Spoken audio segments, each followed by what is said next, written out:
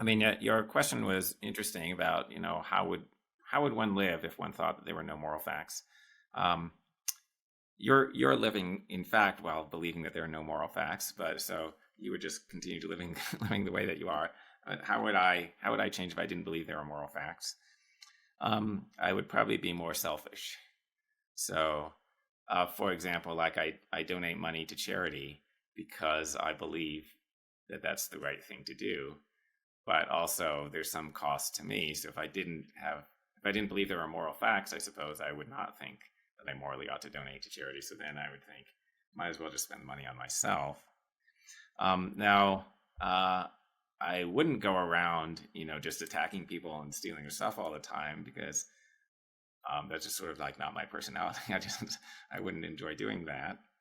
But a lot of the stuff that I do, a lot of the um, desires that I have, and that I think most people have, are tied to their moral beliefs. Like, the reason I don't want to do X is that I think that it would be wrong. So, like, should I spread malicious gossip about my colleagues? And like, oh, it would be fun to do that. But then, like, the reason I don't want to do that is that I would then think that that was bad behavior, right? That it was being disloyal or something like that. And the disloyal is partly moral. Like, if I don't connect that to value judgments, or stuff about right and wrong, good and bad, it's not the same concept, right? And so, like, I think, like, trying to excise my moral beliefs, I think that would radically change the way that I see actions in the world, all the time, and I think that would affect the way that I behave, and I think that would be true of a lot of people. Could we take 5 really quick? I need to run to the bathroom. Yeah, sure. I'll do the same. Well, I don't want to deny that it'll make a difference for some people. Certainly, it'll make a difference for some people. But I think for most people, so this is going to get tied up in a different thing, which is, why do people have moral beliefs if there are no moral facts? Right?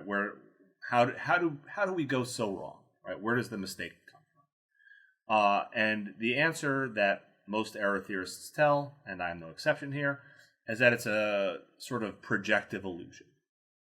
We have certain kinds of values, and when we have these values, our mind does this weird thing where it spreads our desires on the world, to paraphrase Hume, and in so doing causes us to believe that the world wants us to have the attitudes that we have. And that belief that the world wants us to have the attitudes that we have, that's a sort of moral belief.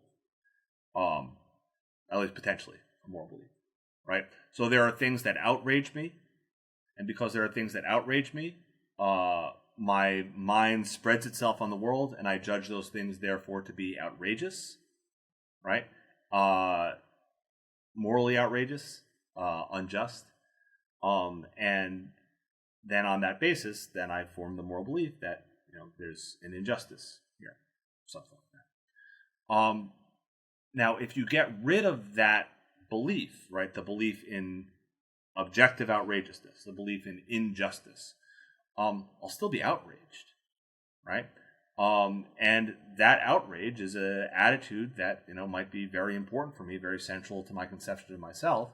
And so I might act against the things that outrage me in the same way that I would if I had moral beliefs. I just wouldn't have this sort of additional kind of cognitive overlay on top of these attitudes. So the kind of person whose life would be dramatically changed if they came to become an error theorist is somebody who has moral beliefs and acts on moral beliefs, but they don't have a corresponding desire, like the value or anything like that. Like, they genuinely don't care about the thing in question.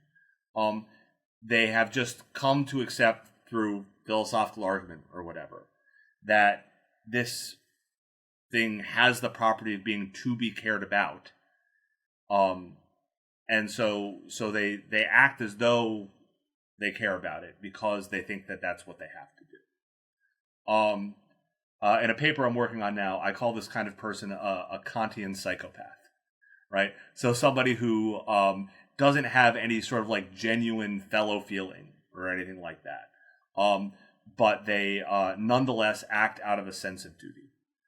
Now, I admit Kantian psychopath is a bit of a term of abuse to kind of get people onto my side here. But I think it's a genuinely sort of weird psychology to act out of purely a sense of duty without any corresponding moral value or desire to back that up. I think they exist, but they are, people like this are dramatically overrepresented among moral philosophers. And so moral philosophers worry a lot about what would happen if people stopped having moral beliefs.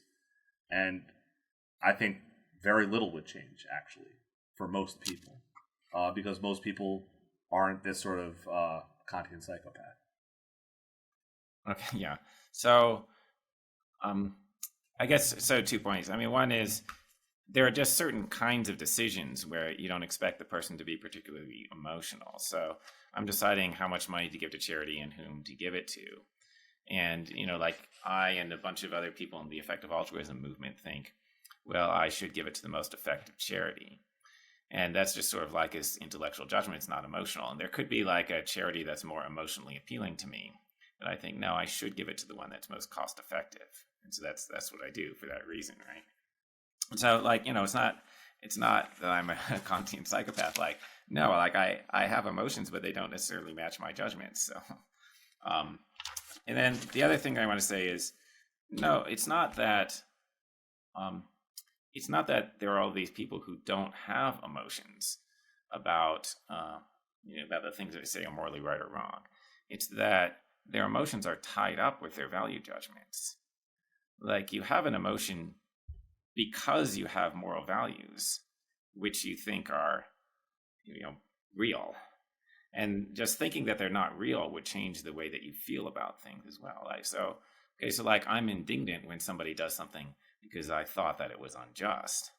And then, like there could be a dispute between two parties.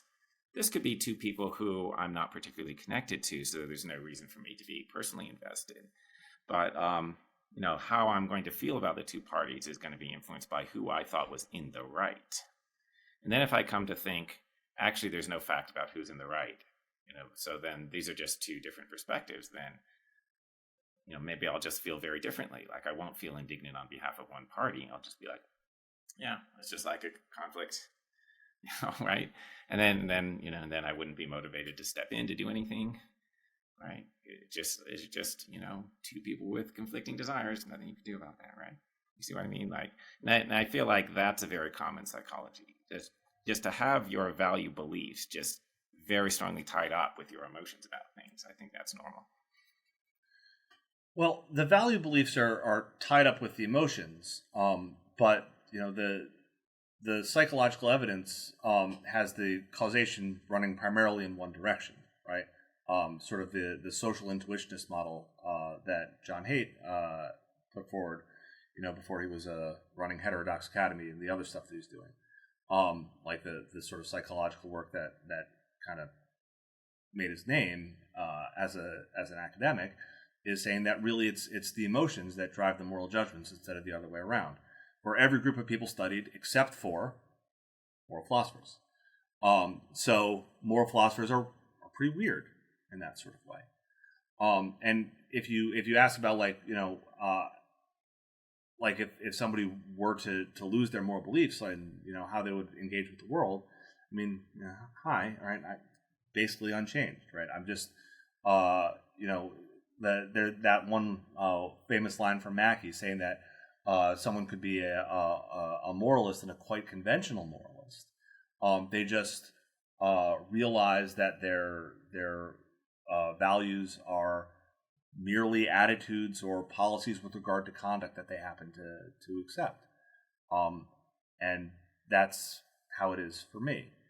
And you talk about there are judgments that you make that aren't particularly emotional. I would just here harken back to Hume with his distinction between the hot and the cold passions, right? These are still passions that you have. There are still things that you care about.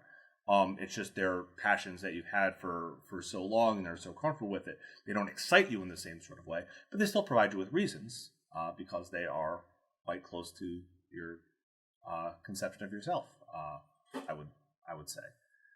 So that's what I would say about a case like that. Yeah. And about the empirical evidence from Jonathan Haidt and people like that. I mean, I want to say that the cases that he's talking about or that he uses in his studies are not really like central cases, right? They're sort of a little bit weird cases. So it's not clear that you could generalize about moral judgments and moral emotions in general. So, okay, so like, you ask people, just ask people whether it's okay to torture a baby just for the fun of it. And then, okay, and then like, is it going to be that their emotion caused their moral judgment or vice versa? So I'm not sure how to study that. Like the way that Haidt did his original studies, like he would ask somebody about some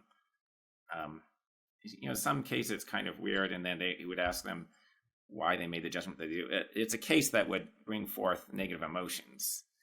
Okay, and then he would ask them, why do you make that moral judgment? And then they would sort of like give a rationalization. Then like he would sort of refute their reason, and then they just wind up, but they don't change their judgment. They'd be like, well, it's just wrong anyway. Right. So then you think, like, okay, but it's not going to be possible to do that if you have some judgment that's just like sort of obviously correct. The other thing I want to say is like, well, your emotions could influence your judgments, but I mean, the emotions that you have are the result of some unconscious processing.